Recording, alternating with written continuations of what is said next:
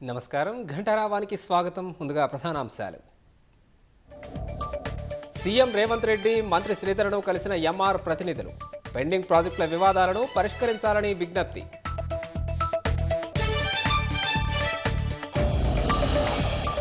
Tunnel కూలడం ప్రభుత్వ బాధ్యతారాహిత్యమే అన్న హరీష్.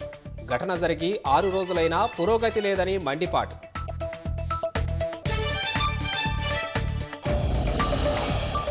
రాష్ట్రంలో 3 ఎమ్మెల్సీ ఎన్నికలకు ముగిసిన పోలింగ్. క్యూలో ఉన్నవారికి ఓటు వేసే అవకాశం.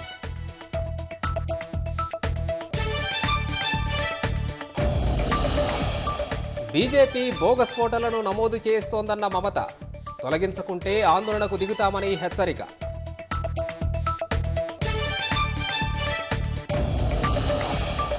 యుఎస్లో కోమాలో ఉన్న భారతీయ విద్యార్థినికి కేంద్రం సాయం.